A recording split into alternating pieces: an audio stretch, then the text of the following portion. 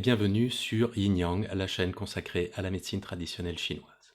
Aujourd'hui, je vais vous parler de la naissance de la médecine traditionnelle chinoise. La médecine traditionnelle chinoise est née il y a plusieurs milliers d'années. Les sources documentaires les plus anciennes qui ont été retrouvées remontent à environ 1700 avant notre ère. Elles consistent en inscriptions de termes médicaux sur des carapaces de tortues, sur des omoplates d'animaux. Ces objets étaient utilisés dans un but principalement divinatoire et chamanique. La mythologie, elle, attribue la naissance de la médecine chinoise à trois personnages principaux. Le premier s'appelle Fuxi. Fuxi possédait une tête humaine, un corps d'animal et une queue de serpent. On raconte qu'il pouvait prendre l'apparence d'un homme, d'un serpent, d'une tortue ou encore d'un dragon. On lui attribue l'invention de l'écriture chinoise, du calendrier ou encore de la métallurgie. C'est lui aussi qui aurait organisé l'élevage, la pêche et inventé l'architecture.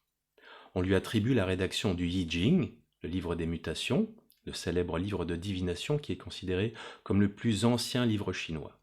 Fuxi aurait vécu au néolithique qui commence en Chine vers -6000 avant notre ère et prend fin vers -3000. Le deuxième héros civilisateur de la Chine s'appelle Shennong, le père de l'agriculture. Mais pour ce qui nous concerne, c'est aussi l'inventeur de la phytothérapie et on lui attribue d'ailleurs la rédaction du premier traité de matière médicinale. Shennong, qui était surnommé le divin laboureur, serait né avec une tête de bovin, d'où les petits embryons de cornes qu'on peut remarquer sur les peintures qui le représentent. On dit qu'il avait un tronc partiellement transparent, ce qui était extrêmement pratique pour observer l'effet des plantes qu'il goûtait sur son organisme. La légende raconte qu'il lui est arrivé de consommer 70 espèces de plantes toxiques en un jour. Certaines traditions affirmaient qu'il avait le pouvoir de mourir et de ressusciter plusieurs fois au hasard de ces dangereuses dégustations. Selon d'autres traditions, ces expériences auraient fini par lui coûter la vie. En tout cas, il aurait identifié 360 espèces de plantes regroupées dans un traité resté célèbre, le Shennong Bensaojing. Le dernier personnage mythologique en relation avec la médecine traditionnelle chinoise est Huangdi, l'empereur jaune, qui aurait régné sur la Chine au milieu du 3e millénaire avant notre ère. La légende raconte qu'il avait 4 visages, ce qui lui permettait de contempler ces terres dans les 4 directions, et que partout où il se déplaçait, il était accompagné par un cortège d'animaux.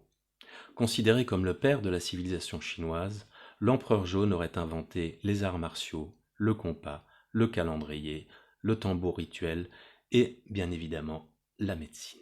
On lui attribue la rédaction du Huangdi Neijing, le classique de l'interne de Huangdi, dont l'étude continue à être la base de la formation des praticiens de médecine chinoise et qui est considéré comme étant le traité médical le plus ancien au monde. Voilà pour cette mythologie. On se retrouve très bientôt pour des nouvelles informations sur la médecine traditionnelle chinoise. En attendant, n'hésitez pas à aller consulter notre site internet www.yinyang.fr et bien sûr, n'oubliez pas de vous abonner.